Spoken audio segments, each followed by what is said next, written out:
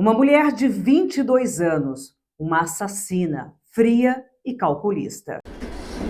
Uma amante, inconformada com o término da relação. E um plano de vingança, do tipo que se come frio.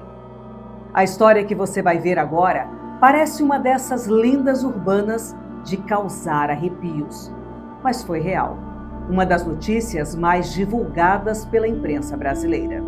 Inspirou livros e até filmes. Eu sou Adriana Oliveira. Bem-vindo ao Narrativa.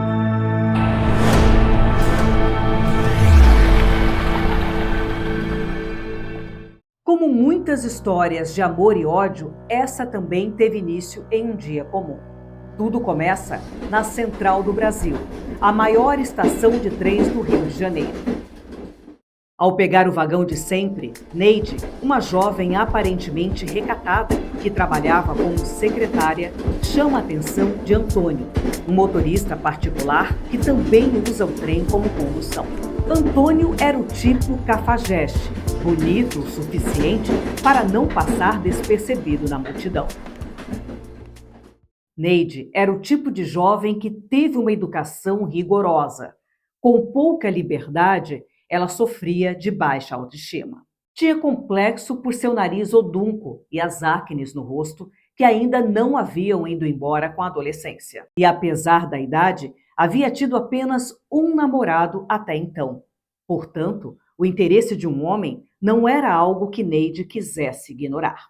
Aquele era o início de um relacionamento extraconjugal que terminaria da pior forma possível. Antônio era motorista, casado e pai de 2 meninas. O relacionamento duraria apenas 6 meses, mas seria tempo suficiente para trazer consequências que ecoariam para o resto da vida. Em casa, Nilza, a mulher de Antônio, nem desconfiava da infidelidade do marido. No início, Neide não sabia que Antônio era casado. Ele escondeu o fato dela o máximo que pôde. A jovem só descobriu quando um homem estranho a abordou na rua, dizendo que conhecia Antônio e revelando que ele tinha uma família. Casadíssimo. Ao contrário do que mandaria o bom senso, Neide não se afasta de Antônio. Ao invés disso, ela passa a pressionar o amante para que ele largue a esposa e fique com ela. Neide chega a fazer uma ameaça. Ou ele deixa a esposa, ou ela acabaria com a família dele. Antônio não leva essa ameaça a sério, mas, diante da pressão, ele decide terminar com Neide. A jovem não faz escândalo. Aparentemente, ela reage bem.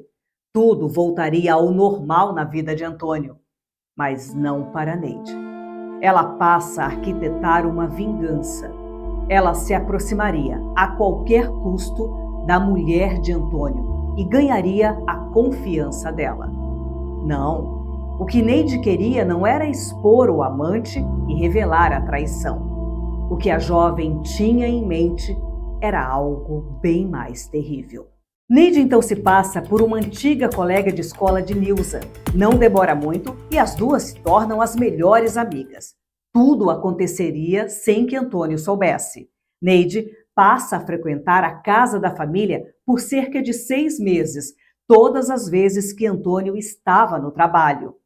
A filha menor do casal, Tânia Maria, de apenas 4 anos, já chama Neide de tia. É aí que a jovem começa a colocar em prática o seu plano macabro. 30 de junho de 1960, Penha, zona norte do Rio. Naquela tarde fria de inverno, um crime hediondo está prestes a acontecer.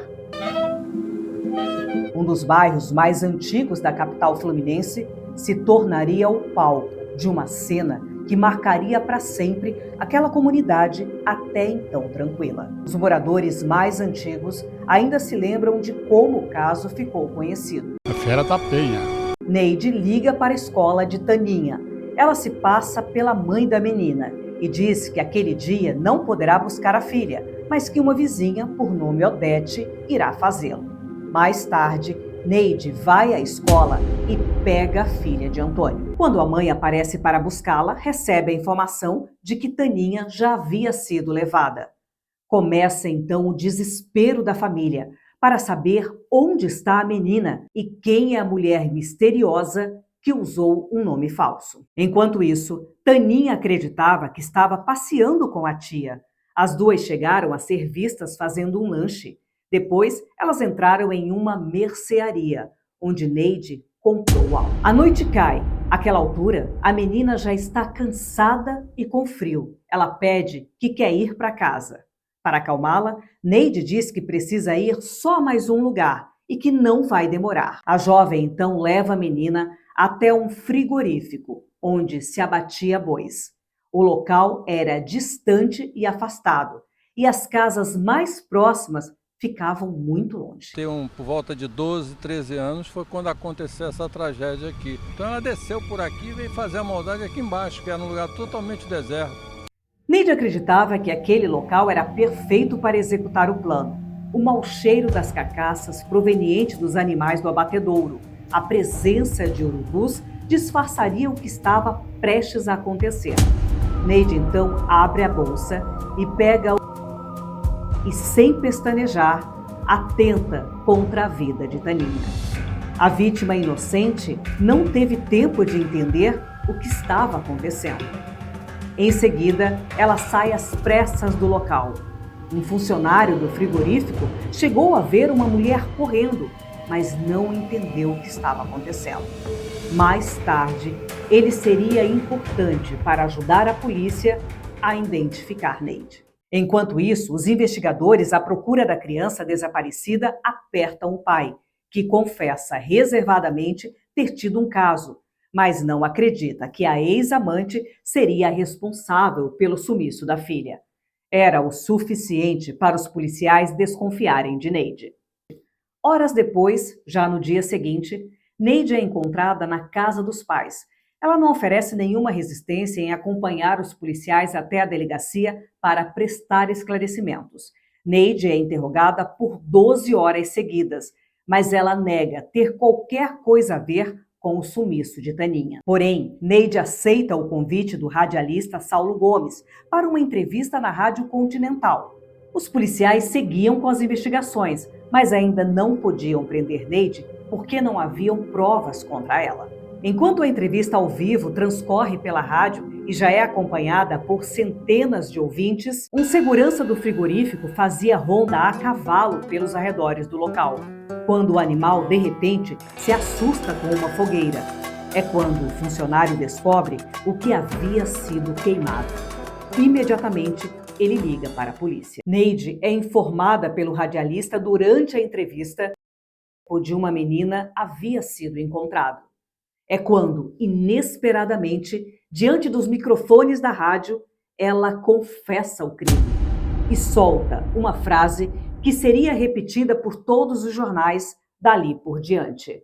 Eu só não matei a família toda porque não tive tempo.